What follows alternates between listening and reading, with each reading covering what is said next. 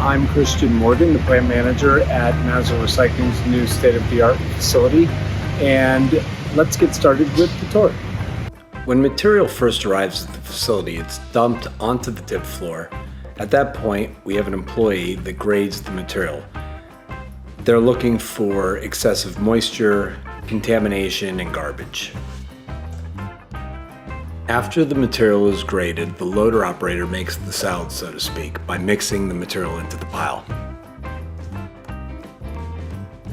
At that point, the material is loaded into the drum feeder. The drum feeder's job is to liberate and homogenize the stream in an effort to produce a consistent feed. The material then travels up an inclined conveyor to the first sorting platform, which is a pre-sort platform. At the pre-sort platform, it's the job of the pre-sorters to remove any bulky metal, bulky plastic, and bulky trash from the stream. They're also removing anything that will wrap around the screen, such as garden hoses, plastic film, wires, and things of that nature. The first half of the system is designed towards removing fiber and glass from the stream, while the second half of the system is geared towards separating the metals and plastics. The entire system is designed to sort and separate commodities based on size and shape. And we do that by using screens, magnets, and optical sorting equipment. Cardboard screens and paper screens have different size openings to separate those materials, and in addition, they're at a steep incline to separate two-dimensional material from three-dimensional material. The material that goes up and over the top of a screen is referred to as the positive sort, while the material that falls through the screen or off the back of the screen is referred to as the negative sort. After the material is pre-sorted, it hits the cardboard screen. The cardboard screen has large enough openings that most of the material falls through that screen. The material that goes over the top of that screen, or in other words, is the positive sort of that screen, is cardboard. There are other materials that meet that criteria that end up going up and over the top of that screen, which is why the material then travels onto a quality control conveyor belt where employees are pulling out wrappables and other large flat pieces of wood and plastic that may have made it over the screen.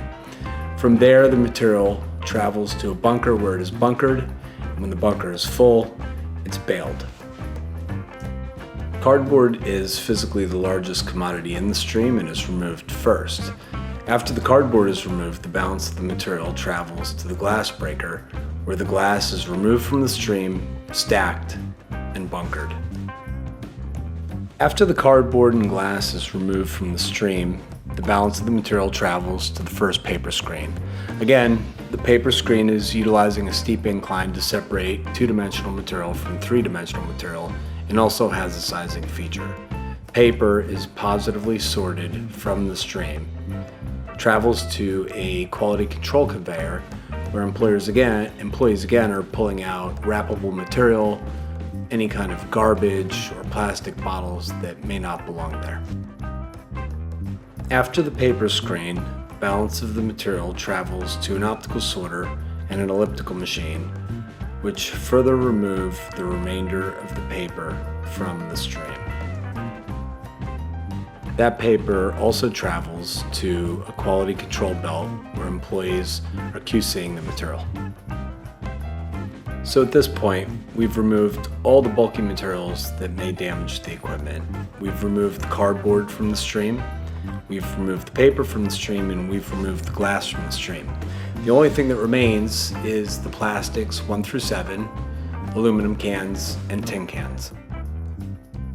The plastics and metals then travel up a conveyor belt under a fixed permanent magnet where the ferrous metals are removed from the stream and bunkered and baled. The remainder of the stream then travels to the first optic in the plastic area, which removes number 1 plastic, or PET, which then travels to a quality control conveyor belt where it's QC'd. After the ones have been removed, The 2s through 7s and the aluminum cans then travel to the second optical sorter in the plastic area where the 2s are removed from the stream. The 2s then travel to a quality control conveyor belt where they're not only QC'd, but then HDPE, or number 2 plastic, is separated based on whether or not it has pigment. Pigmented HDPE travels to a bunker and is baled, while natural HDPE is separated manually by hand and placed into another bunker and baled. All that remains at this point is the 3 through 7 plastic and aluminum cans, which travel to the last optic in the plastic area where number 5 plastics, or PP, is removed from the stream, travels to a quality control conveyor belt, and is bunkered and baled. The stream at this point then passes over an eddy current separator where aluminum cans are removed from the stream. The aluminum cans are QC'd, pulling out any styrofoam or undesirable plastics. It's bunkered and baled. The negative sort of the eddy current separator ends up on the trash belt. The trash then travels to a quality control conveyor belt where the trash is QC'd and any valuable plastics or metals are removed from the trash.